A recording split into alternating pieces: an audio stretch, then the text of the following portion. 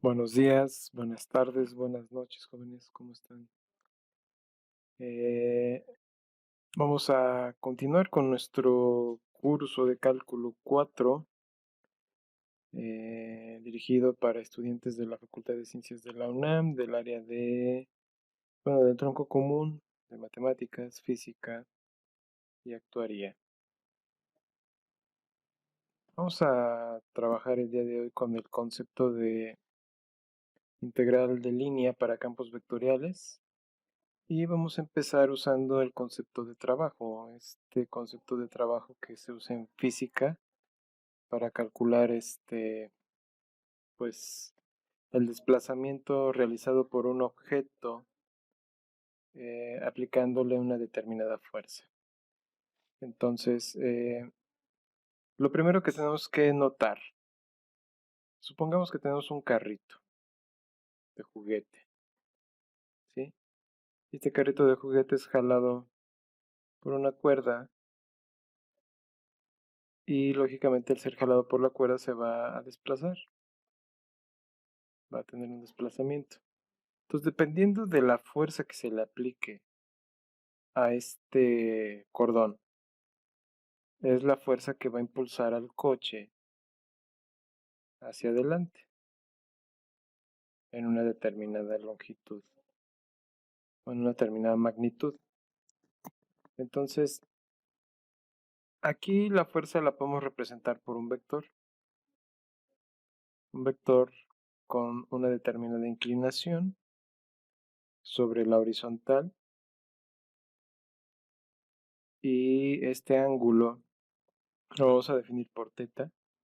El vector F lo vamos a llamar F, con el vector de fuerza lo vamos a llamar F, ¿sí? Y el vector de desplazamiento lo vamos a llamar D, como estamos viendo aquí. Y el resultado lo vamos a llamar trabajo. El resultado de aplicar la fuerza o la magnitud de la fuerza del vector que representa la fuerza multiplicado o por el producto interior, bueno, multiplicada por la magnitud del vector de desplazamiento multiplicado por el ángulo de inclinación, nos va a dar lo que es el trabajo. Pero veamos un poquito más específicamente sobre esta figura lo que queremos decir. Cuando aplicamos una fuerza, dependiendo del ángulo de inclinación, vamos a tener un vector que se va a corresponder a la misma fuerza, o sea, va a ser la resultante, es el vector resultante, o la magnitud de este vector va a ser la magnitud resultante del vector fuerza multiplicado por el ángulo de inclinación, y es lo que me va a determinar la fuerza aplicada en esta dirección, ¿sí? Definida por la fuerza aplicada en esta dirección. Eso puede ser, por ejemplo, si tenemos 20 newtons de fuerza aquí y tenemos, por ejemplo, un ángulo de inclinación de 60 grados. Entonces, el ángulo de inclinación lo vamos a medir por el coseno de θ, ¿sí? Entonces, el coseno de 60 es un medio por 20, perdón, me va a dar 10 newtons. Multiplicado estos 10 newtons por el desplazamiento, supongamos que son 20 metros, lógicamente 20 por 10, pues me va a dar 20 metros por 10 newtons, me va a dar algo así como, ¿qué creen? 20 por 10, 200 joules. Es la medida en la cual se toma el producto de el trabajo dado por la magnitud del vector fuerza multiplicado por el ángulo θ multiplicado por la magnitud del vector de desplazamiento d. Entonces, bajo este criterio, ¿sí?, podemos ver que el trabajo es el producto de la magnitud de la fuerza por la magnitud de desplazamiento por el ángulo, bueno, por el coseno del ángulo de inclinación. Y esto se puede representar de forma notacional o de forma matemática con una función que va de t, de x, donde x es el dominio de t, ¿sí?, de Rn en R. Regularmente se toma R2 o R3. En este caso, tal que existe una función f, ¿sí?, que va de Rn en R, que es el vector fuerza, que sería una función en este caso en un campo vectorial que va de Rn en Rn, puede ser de R3 en R3 o de R2 en R2, y tenemos el vector de desplazamiento que está definido por un intervalo que va de A en B a Rn, ya puede ser R2 o R3. Entonces, para toda x en x, es decir, t de x, la norma de f de x, o sea, la magnitud del vector f con respecto de x, multiplicado por la norma del vector d con respecto de t, multiplicado por el coseno de θ, se puede ver como el punto interior de f producto interior con d. Esto por las equivalencias que tenemos con respecto a notación de vectores, donde tenemos que el producto de la magnitud de un vector más por la magnitud de otro vector multiplicado por el coseno de un ángulo, del coseno de un ángulo, se puede ver como el producto interior de f con respecto de. Eso es por propiedades del producto interior. Veamos un poco más específicamente usando este concepto de trabajo, vamos a definir lo que es la integral de línea para campos vectoriales. Vamos a notar, en primer lugar, que podemos tener un campo vectorial de esta forma. Pueden tener muchas formas los campos vectoriales, pero supongamos que tenemos un campo vectorial así. Ese campo vectorial, pues lógicamente afecta a todo lo que se mueva por él. ¿Sí? Puede ser un campo electromagnético, y pues ya sabemos cómo, a qué objetos afecta y de qué forma. En este caso podría ser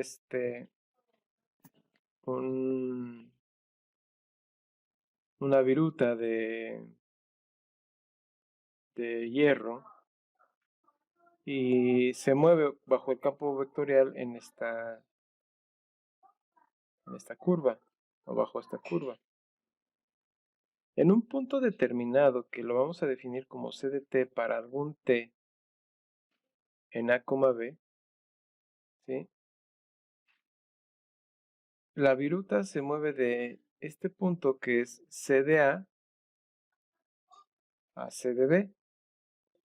Lógicamente la transición la hace bajo este campo vectorial.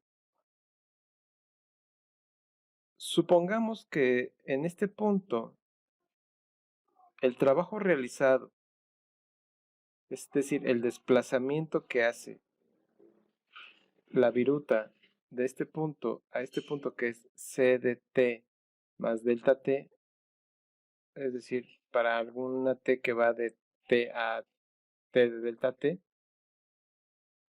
este desplazamiento lo podemos ver como un vector determinado de esta manera, y lo podemos definir como c de t más delta t menos c de t. Sería este vector que está aquí. Este otro vector que está acá es c de t. Este vector que está acá es c de t más delta t. Es decir, es el desplazamiento que hace este vector de aquí a acá. Entonces, tenemos este otro vector que es el vector tangente al punto c de t y que vamos a definir como c de t prima por delta t. Delta t lo que va a hacer es afectar la magnitud nada más. Puede ser c de t solamente, pero c de t nos va a definir, pues lógicamente nos va a reorientar la magnitud del vector c' de t. Para estos efectos, lo que estamos viendo es que en el desplazamiento,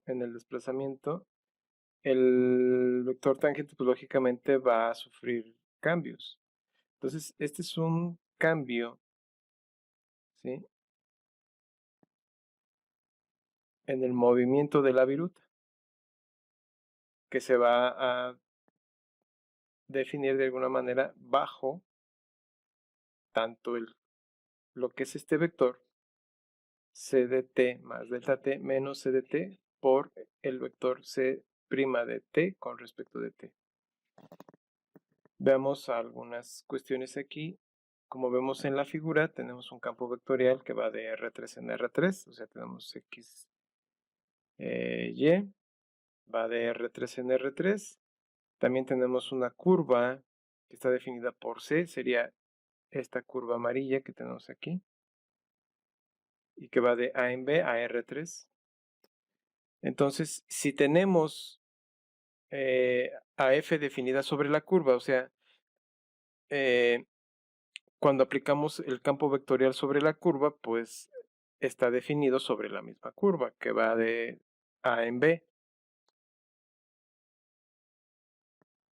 Y esto es sobre toda la curva definida sobre A en B. Entonces, tal que para toda T en A en B, se sigue que C de T aplicado a F de C de T, vamos a tener una composición aquí, y donde si C es de clase C1, ¿sí?, también podemos observar que C de t lo podemos representar como x de t, y de t, z de t. Aquí me faltó el z de t, porque estamos hablando de un término en R3. Entonces, por el criterio del teorema del valor medio para derivadas, el teorema de Rolle, ¿sí?, vamos a definir como el incremento de S a la diferencia entre C de t más delta t menos C de t. Y por el teorema de Rolle vamos a tener que el desplazamiento será de C' de t multiplicado por el escalar dado por t más delta t menos t, que sería delta t al final. Entonces me queda C' más delta t. Esto, si lo aplicamos bajo el criterio del trabajo, o sea, el trabajo realizado de la viruta que va de aquí a acá, ¿sí?, en ese espacio nada más, lo podemos definir como F compuesto con C de t, producto interior con respecto a delta S. Y esto sería equivalente a F compuesta con C de t, producto interior C' de t por delta t, que es el equivalente a esto, ¿no? Viéndolo desde aquí, delta de S sería C' de t multiplicado por delta t. En este caso, lo que estamos observando es solamente sobre el desplazamiento sobre la curva de aquí a acá. Pero ¿qué pasaría si tuviéramos un una partición sobre el intervalo a, b, tuviéramos diferentes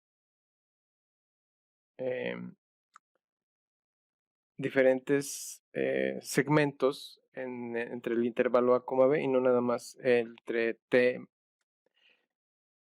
más delta t, sino pues lógicamente hablamos de t1, t2, así hasta tm, como lo estamos proponiendo. Aquí damos una partición en el intervalo a, b que va de t1 hasta tm en b. Entonces, lo que nos interesaría sería la suma del trabajo, ¿sí? Para los segmentos. O sea, el desplazamiento entre los segmentos, que sería de T1 a T2, de T2 a T3, de T3 a T4 y así sucesivamente de Tm-1 a Tm. Ese sería ver los trabajos bajo esos intervalos y lógicamente eso me llevaría a calcular una suma de trabajos realizados para cada segmento. Eso sería ver para el total de la partición el trabajo realizado por la viruta, ¿sí? Entre los diferentes desplazamientos, ¿no? De entre los segmentos que se van dando. Entonces, eso sería como la suma que va de I a M, de F, de C, de TI, producto interior por delta DS, ¿sí? O lo que sería lo mismo, equivalente a la suma que va de 1 a M, de F, de C, de TI, producto interior C' de TI por delta de TI, por delta de T. Si nos damos cuenta, esta partición la podemos refinar infinitas veces. Entonces podemos hacer un proceso de límite, ¿sí? Es decir, mandar m a infinito. ¿Esto qué implicaría? Que el límite de cuando m va a infinito de la suma que va de 1 a m de f de c de ti producto interior delta de s sería equivalente al límite de cuando m converge a infinito, ¿sí? De la suma que va de 1 a m de f de c de ti producto interior c' de ti por delta de t. Y esto, pues lógicamente, lo podemos ver como un proceso de integración. Este proceso de integración lo vamos a definir de la siguiente forma. Entonces, lo podemos ver así, porque pues lógicamente al ver esto, pues podemos ver que tenemos una especie de suma de Riemann, ¿sí? Y de ahí, pues lógicamente proponemos la siguiente definición. Entonces damos a F definida de R3 en R3, ¿sí? Un campo vectorial continuo en la curva definida por C de A en B a R3, una función de clase C1, ¿sí? Se llama integral de línea de F a lo largo de C. Por la notación, entonces vamos a tener que la integral de C de F con respecto de S es equivalente a la integral que va de A en B, de F, de C de T, producto interior C' de T con respecto de T. Y a esto lo definiríamos, como dijimos aquí, la integral de línea para F, ¿sí? Para el campo vectorial F, bajo o a lo largo de la curva C, definida por C. De esta forma, lo que estamos concluyendo es que el concepto de integral de línea, ¿sí? Pues lógicamente es fundamental para el cálculo, pero más también podemos ver que es imprescindible para la física. Y el ejemplo que estamos usando para definir el concepto de integral de línea, pues lógicamente nada más es de manera, pues, ¿cómo lo podemos decir? No es una demostración, sino más bien es una argumentación para que podamos entender lo que es el concepto de integral de línea, ¿sí? Usando, pues, lógicamente la física. Bueno, sería por el momento todo, jóvenes, y espero que esto les ayude a entender el concepto. Ya saben, dudas y preguntas, lo pueden hacer en el grupo de Facebook o en la cajita de preguntas o de comentarios de aquí del video, y pues los estaremos revisando y estaremos dando respuesta a sus cuestiones. Cuídense y hasta pronto. Nos vemos en el próximo video.